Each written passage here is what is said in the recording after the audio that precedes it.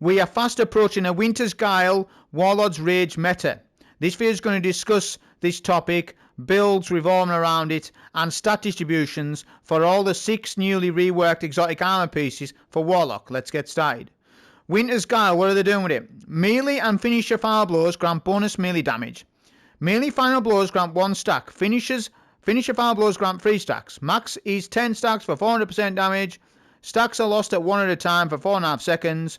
Once you reach 10 stacks, immediately gain 1 melee charge and enter Warlord Rage when you activate your melee ability. You have 10 seconds to activate the Warlord's Rage. Gain dramatically increased melee regen speed. Gain faster melee speed. Melee damage bonus is increased to 500%.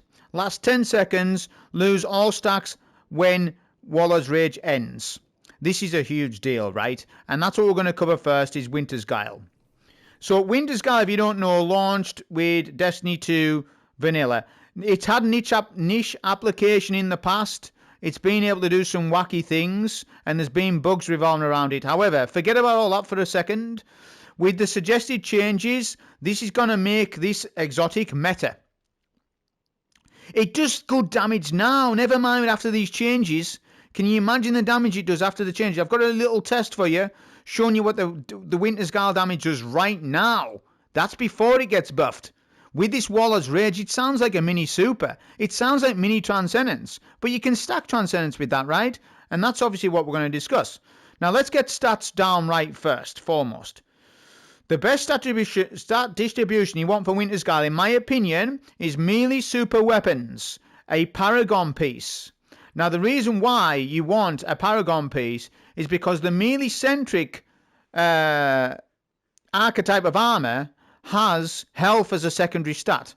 So, Brawler archetype has melee as its primary stat and health as its secondary stat. Lads, we never proc for health in the game. Only Conquest Avalon was the only activity in the entire game where we needed to spec for tier 7 health. And even if you did need to get more health, you would just use a other piece with Brawler. You would go and search another Brawler piece if you needed a bit more health in Renegades, which I highly doubt that's going to happen. But if it does, you just use a Brawler piece. So don't ruin your Winter's Guile exotic by focusing it as a Brawler piece, please. For God's sake, please don't be doing it. So your best bet is to get a Paragon armor with melee super weapons, because super is very important. The super stat's extremely important to the game, right? It's extremely important. When that dungeon comes out, rock and low super stat and stuff, you're gonna really get hindered. You're gonna really be hindered by that. So you should always have a high super stat and always have a high weapon stat. So that's why I'm saying the best stat roll for Winter's Guile will be melee super weapons. Melee super weapons. If you've got any other stat roll at all on this, I think you're thrown. You're not doing it right. Don't be rocking a Brawler Winter's Guile. Just don't. I would not recommend that you do it. Because here's the thing. If you rock a Brawler's Winter's Guile, you have less weapon stat. So you're doing less DPS against a dungeon boss. You're doing less DPS. You still use your weapons. You'll be doing less weapon damage with Finality's Ogre. And you get less ammo bricks and all this sort of stuff. Class stat does not matter on the build I'm suggesting. Grenade stat doesn't, neither does health. That's why it's so simplified. You only need to optimize 3 stats. Now, these comes the next thing. For Winter's Guile builds on Electric Slide, you don't need 200 melee stat. Because if you're rocking 200 melee stat, the chances are you're throwing on super and weapon stat, and these are too low. You need balance. As a solo player, I mean, maybe fireteam players can get away with rocking rubbish stats. But on solo gameplay, your stats need to be well-rounded and overall good at a few things, not just one. You cannot be a one-trick pony. You need to be good at other things. Now, the reason why you don't need 200 melee stat is very simple. We are in a melee font meta. One melee font apiece will give me 20 each. That's 40. So come on, get your fingers out. What's 40 plus 158? It's 198. It's essentially 200 melee stat. And you'll always have that up because you've got an orb generation machine, that being heavy-handed, and other such orb generation mods. We are in an orb generation font meta. You don't need to rock 200 melee. By the way, you can. I call these my slider stats, right? So if I wanted to, rock a bit more melee, I could change this. Say, for example, I don't need that much melee and I need more weapons. Well, I do need melee, but maybe I'm fighting against a boss where I need a bit more weapon damage. Then I can just start putting some weapon fonts on to balance things out. It's like a tipping scale, right? Balancing all these 3 stats. Say, for example, I don't need as much super. We can adjust things. But overall, those are the 3 stats you want to focus on for a Winter's Guile build. Now let's get to the Winter's Guile build itself. Remember, Winter's Guile does work with Song of Flame for damage. However, it does not proc via Song of Flame. In other words, if you get a finger snap with Song of Flame, you will not get the Winter's Guile to buff as of right now in the game. That might change. However, if you've already got Winter's Guile and then you pop Song of Flame, you will get the damage bonus for Song of Flame with the finger snap in the Song of Flame super, because it's a melee, right? So it does work with Winter's Guile, but albeit a little bit odd. It might change next Renegades. Well, it will. I mean, if you've got that Warlord's Rage proc and then you pop your Song of Flame on top of that, we'll have to see how that 500% damage bonus interacts with Song of Flame melee. It is not evident exactly how they're going to do that. But coming to the build, Phoenix Dive. Okay, we are using Arcane Needle because we get 3 melees, right? We've got Cold Snap. This is critical for the nade choice. Let's talk about nade choice. You would use either Fredling Grenade or Cold Snap. In Renegades, I'm probably going to lean to Cold Snap because Fredling Grenade's getting buffed by a lot of artifact mods this season, and we don't know what the new artifact mods are. But I would say Cold Snap because it gives darkness energy, and that's very critical to get more melee damage out. If you are really struggling, we use a healer nade, We're not locked into Cold Snap. I'm just saying that we would probably use Cold Snap. No need for Lightning Storm Grenade because we got Lightning Surge on. No need for that. Void Grenade for debuff sometimes. I'm trying to give you the distinction between when we might. However, we've got Transcendence Nades for debuff. So Void Nade's also a bit niche. Sometimes I use it, sometimes I don't. For general combatant play, Cold Snap. It freezes adds in place for you to get a nice Lightning Surge on them, and you get Facet Courage to proc. Devoured, of course. Lightning Surge. Lightning Surge does work with Winter's Guile even right now, and it will obviously in Renegades. We are in a prismatic melee-centric meta, so pairing that with a melee spammable ability like this build is going to be insane. When you got Warlord's Rage proccing at 500%, you got Transcendence procced with Freeze and Singularity nades for debuff, and Facet of Courage and high melee stats. This is going to be meta, lads. It's going to compete with Lord Felwinter. Lord Felwinter's been meta since Edge of Fate. Yes, it has. But I think even with all the changes, I think Felwinter's going to get bested, by Winter's Guile. I think it's going to get bested. Right, coming on to fragments now. I am telling you, these are the best fragments to run hands down. There's nothing better than these. Facet of Protection for damage resist. Facet of Protection for weakening with your Freeze and Singularity Grenade. Facet of Dawn for damage bonus via weapons. You'll get that 20-25% damage buff or whatever it is at the minute. Facet of Courage is a damage buff to Arc Sword on abilities if you've got a Darkness debuff. Yes, so like for example, you use a Cold Snap or we use a base Arcane Needle and such, you get Facet of Courage to proc. It also buffs Song of Flame. And Facet of Purpose for Orb Generation Restoration. You'll get Restoration. So you're not only getting Devour, you're getting Restoration, which comes in clutch. So these are the hands down best fragments to run on a Electric Slide build with Winter's Guile, in my opinion. I'll even give you a dim link. Now then, to bolster all of that, weapon. Phone for you. It's a Samsung Galaxy S7 look, right? Now then, 1-2 punch will enhance your melee damage even further. I highly recommend you use this hand cannon. You get this god roll. You get this weapon before it goes. Or whatever. It might be foam or it will be, won't it?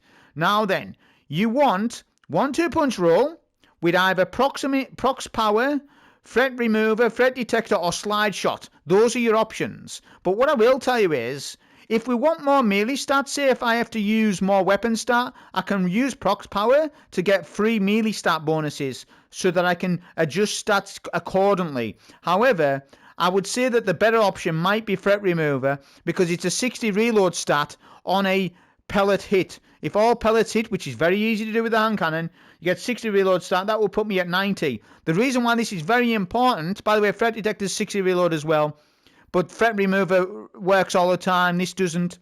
Depends on ads. You can't run loaders. You're not around. You wouldn't. Well, you can run loaders. If you run a loader, you lose a melee font though. Do you understand how important gauntlets are? Let's talk armor mods now. Right, armor mods. We've got a siphon on. We've got a super font on. A hands on.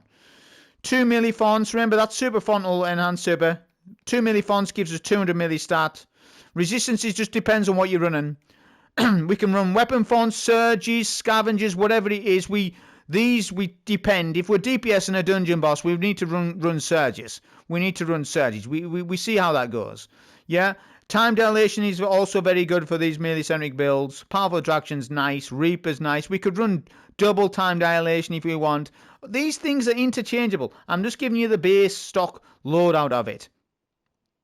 So yeah, that's basically that explained. Now if we move on to the next topic. So there'll be a test at the end. I'll probably put it at the end. Showing you the damage Winter's Guile does right now in the game. Yeah, you can look at what it does in the game now and then amplify that up.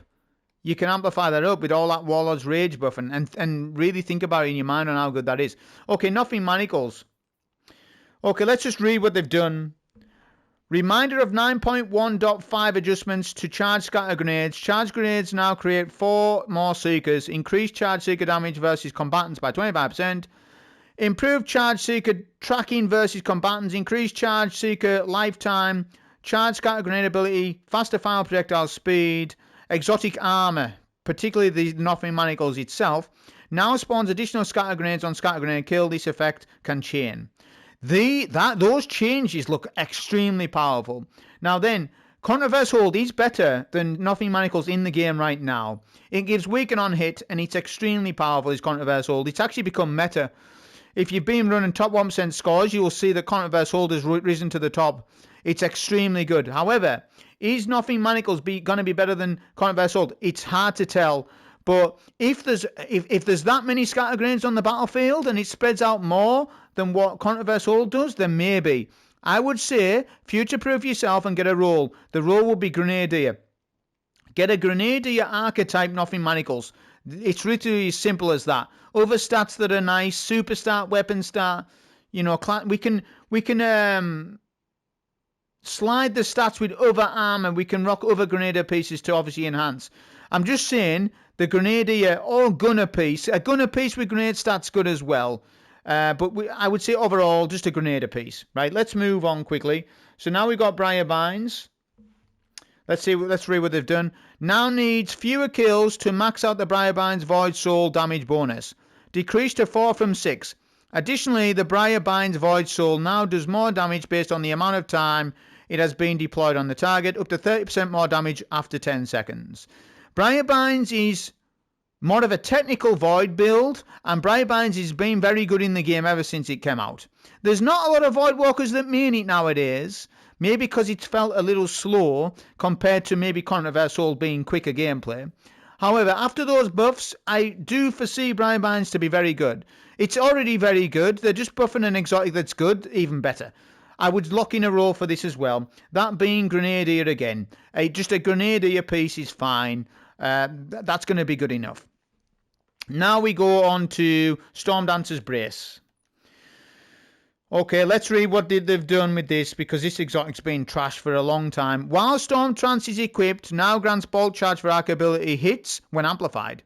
Storm Trance damage bonus now builds on hits instead of kills. Increased max count to compensate. Now needs 30 hits to cap. Top end damage bonus is unchanged.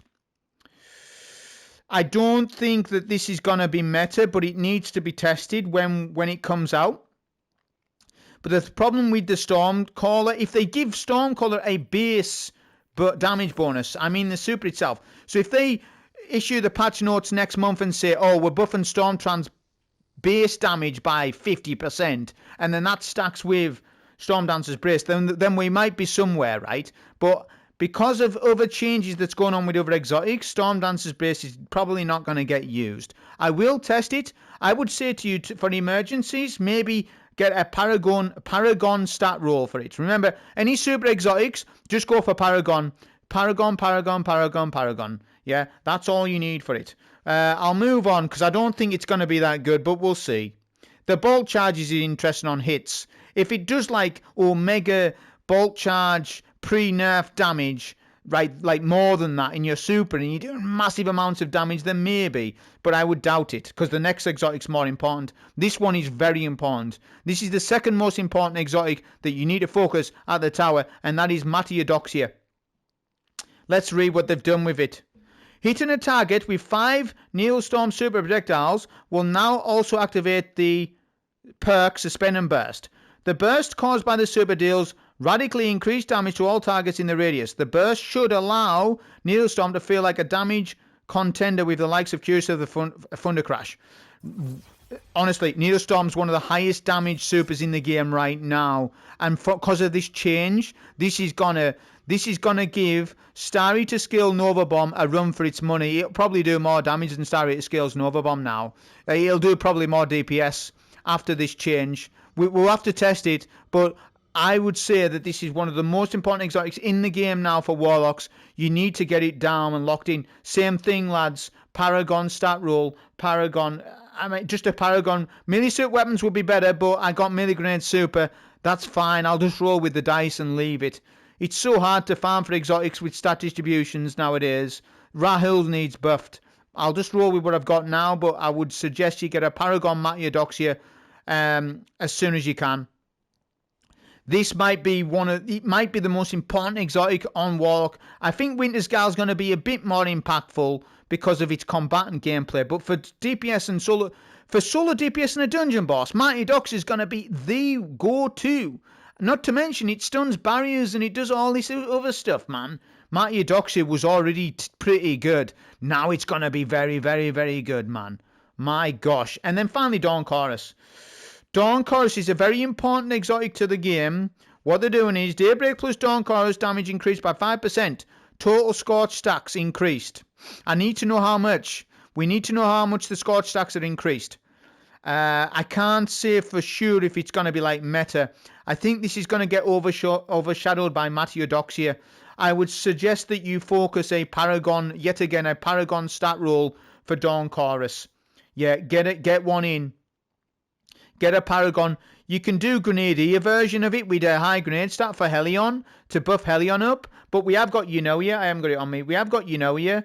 So this super, I mean, for Daybreak, I've tested today the difference between Daybreak and Song of Flame. And Song of Flame is just overwhelmingly much better than Daybreak. Much better than Daybreak. And I have a feeling that Song of Flame's still just going to be better than Daybreak after these changes, because you can do much more configurations with Song of Flame. You can do like weapons, super damage only, or weapon damage, all this sort of stuff. So I'm skeptical on the Dawn Chorus change, but because of how important it is, it improves weapon scorch damage like Dragon's Breath and other incandescent weapons and such. So Dawn Chorus is worth your time. I'm very skeptical on the Daybreak super. If you don't know what I'm on about, let's just get it shown you. It's this super here. I tested with it today and it's not doing the damage like it used to back in the day. And with 5% more damage, I don't think that's going to be enough. They need to buff it further. They've got time. I think it needs at least a 20% damage bonus, not 5. 5 is not enough after my testing today. And that's all of the exotic covered, right? So I've covered, Dawn Chorus, Winter's Guile. That's 2 there. Briar Binds, nothing, Manacles, Mataiodoxia, and Storm Dancer's Brace. So that's all of the exotic rolls that I recommend. Get it done now before Renegades, because you simply won't have time next month. You're not going to have time for all that stuff. Make sure you get a damn phone Utria, a Samsung Galaxy S8, right? With 1-2 punch and probably threat remover. I think overall is going to be the most useful perk, because you can't run loaders nowadays. Well, you can, but you're putting yourself at a disadvantage. You've got fonts to consider. You've got heavy-handed. You've got firepower. You've got all these mods, man. You've got so much to consider. So I think having a perk that reloads the gun on the gun is probably the way to go. Threat remover, that being the best one in my opinion. Slide shot a little bit. I like threat remover better than slide shot. I will just be honest with you about that. Okay, so now you've had that. Now let's just talk fashion a little bit. The Indians, you know, they philosophized. They in their prophecies, they spoke about some sort of demonic evil target in the woods. I mean, I don't know who they were referring to. Maybe you can help me with that one.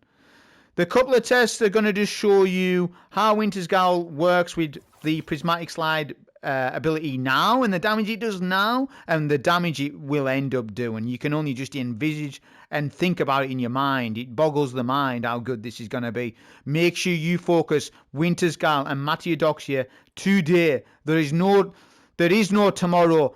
The only thing that matters is you watching this video. The only thing that matters is you, the screen, the four walls of your screen, and watching it and listening to the advices. Okay, on with the tests.